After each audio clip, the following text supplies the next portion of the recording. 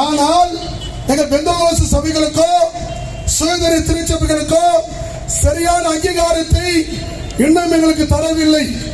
நாங்கள் மனபாரத்தோடு சொல்லுகிறோம், ஒரு கோரிக்கையாக வைக்கிறோம். ஏனென்றால் இன்னைக்கு சுயதரி திருச்சபைகளுடைய ஓட்டுக்கள், சிறுபான்மையுடைய கிறிஸ்தவர்கள் ஓட்டுக்கள் என்று சொன்னாலே பெந்தகோஸ்து சபைகள், சுயதரி சபைகள் இன்னைக்கு பேரை மாற்றவில்லை, நாங்கள் மதத்தை மாற்றவில்லை, மார்க்கத்தை தான் கொண்டு வந்திருக்கிறோம். ஆனா ஓட்டு அந்த நாட்களை பார்க்கும்போது கிறிஸ்தவர்கள் நம்ம சொல்லுகிறோம். ஆகினால் எங்களுடைய கோரிக்கை, பெந்தகோஸ்து சபைக்கு, சுயதரி திருச்சபைகளுக்கு ஒரு அங்கீகாரத்தை அரசாங்கம் எங்களுக்கு கொடுக்க வேண்டும். கைகத்துக்கு ஆமென் சொல்லுங்க, கைகளை தூக்க சத்தமா சொல்லுங்க, அல்லேலூயா சொல்லுவோம். ஏனென்றால் 38 மாவட்டத்திலும் இந்த நாளில் நாங்கள் கூட்டு ஒழுங்கு செய்திருப்போம். ஏனென்றால் எங்க சிறுபான்மை பாதுகாவலருக்கு கவனத்திற்கு இது கொண்டு போக வேண்டும்.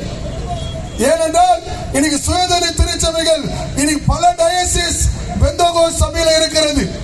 இன்னைக்கு ஒரு INB Indian national bishop council இன்னைக்கு 12 டயசிஸ் கவர்மெண்ட் அரசாங்கம் அங்கீகரித்திருந்தாலும் பெந்தகோஸ்து சபைக்குழு அங்கீகாரத்தை கட்டாயம் இந்த கூட்டத்தின் மூலமாக நாங்கள் கோரிக்கை வைக்கிறோம்.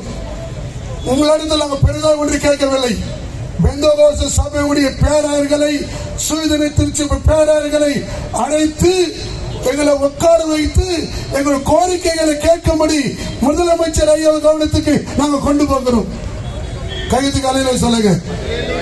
ஏன்னா நான் பார்க்கிறேன், நேற்று கூட பேப்பர்ல பார்த்தேன், டிவில பார்த்தேன். ஆனா நாங்க தான் இன்னைக்கு ஓட்டு பார்த்தா கிறிஸ்தவ மக்கள் மத்தியில் பார்த்தால் எல்லாம் நாங்க தான் சுயதரி திருச்சபைகள்.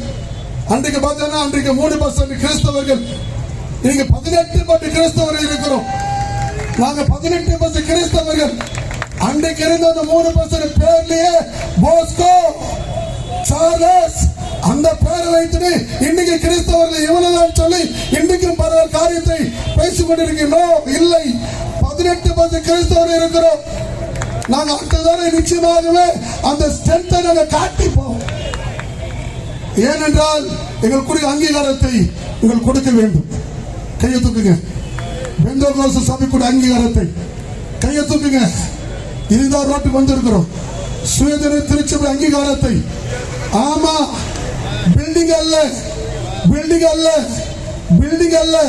நாங்க சின்ன சின்ன சபையா இருந்தாலும் மக்கள் கூட்டம், பெந்தகோஸ்து சுயதரி திருச்சபை மக்கள் பின்னாலே ஆயிரக்கணக்கான லட்சக்கணக்கான கூட்டங்கள் இருக்கிறது.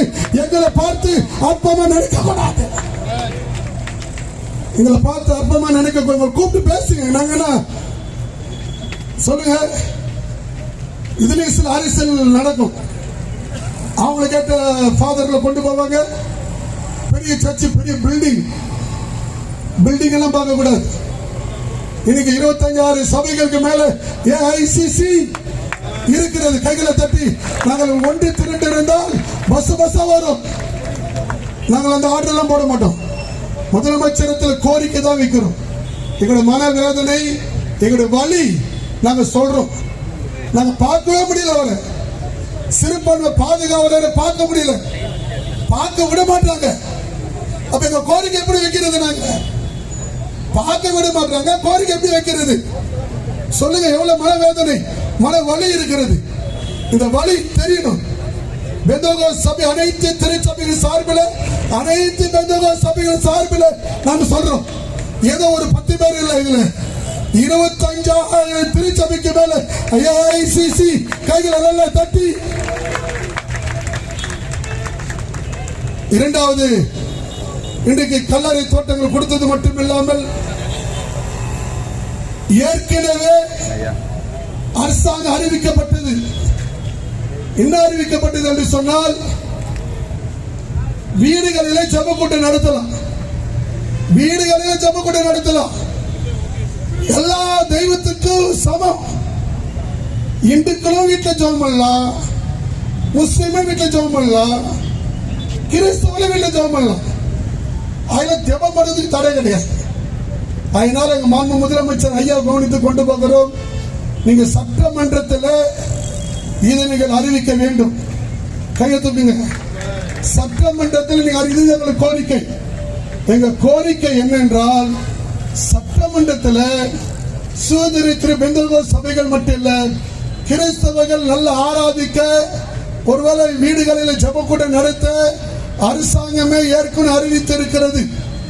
அதை தடை பண்ணாதபடி சுதந்திரமா நாங்கள் கிறிஸ்தவர்கள் ஆராதிக்க வேண்டும். கைகளை தட்டி ஆமென் சொல்லுங்க. கைகளை நல்ல உற்சாகமா தட்டி, கை நல்ல தட்டி ஆமென் சொல்லணும். ஆமென் சொல்லுங்க. அவர்கள் இதுவரை இல்லாத அளவிற்கு அனைத்து திருச்சபைகளுக்கும் கல்லறை தோட்டம் ஆக இருந்தாலும் சரி, புதிய ஆலயத்திற்கு விளையாட்டு முறையும், அதே போல் தொன்மையான ஆலயங்களுக்கு நிதி இதுவரை யாருமே செய்ததில்லை. கிட்டத்தட்ட 2 கோடி ஒவ்வொரு ஆண்டும் அதற்கென்று 10 கோடி ரூபாய் ஒதுக்கி கொண்டிருக்கிறார்கள். ஆக பல்வேறு ஆலயங்கள், தேவாலயங்கள் இன்று புனரமைக்கப்பட்டிருக்கிறது என்றால் அது நம்முடைய மாண்புமிகு முதலமைச்சர் அவர்களுடைய அந்த சிறப்பான சிறுபான்மையினர் மீது அவர்கள் கொண்டிருக்கின்ற அந்த பற்றுறுதியும், அதே போல் அவர்கள் கொண்டிருக்கின்ற அந்த பாசமும் தான்.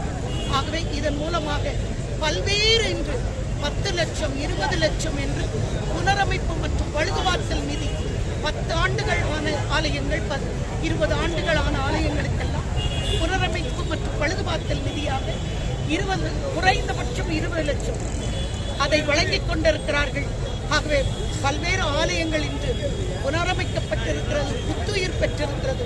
அதற்கு காரணம் நம்முடைய மாண்புமிகு முதலமைச்சர் அவர்களுக்கு நாங்கள் நெஞ்சார்ந்த நன்றி இந்த வாரியத்தின் சார்பிலும் இந்த அனைத்து திருச்சபைகளின் சார்பிலும் நாங்கள் தெரிவித்துக் கொள்கிறோம்.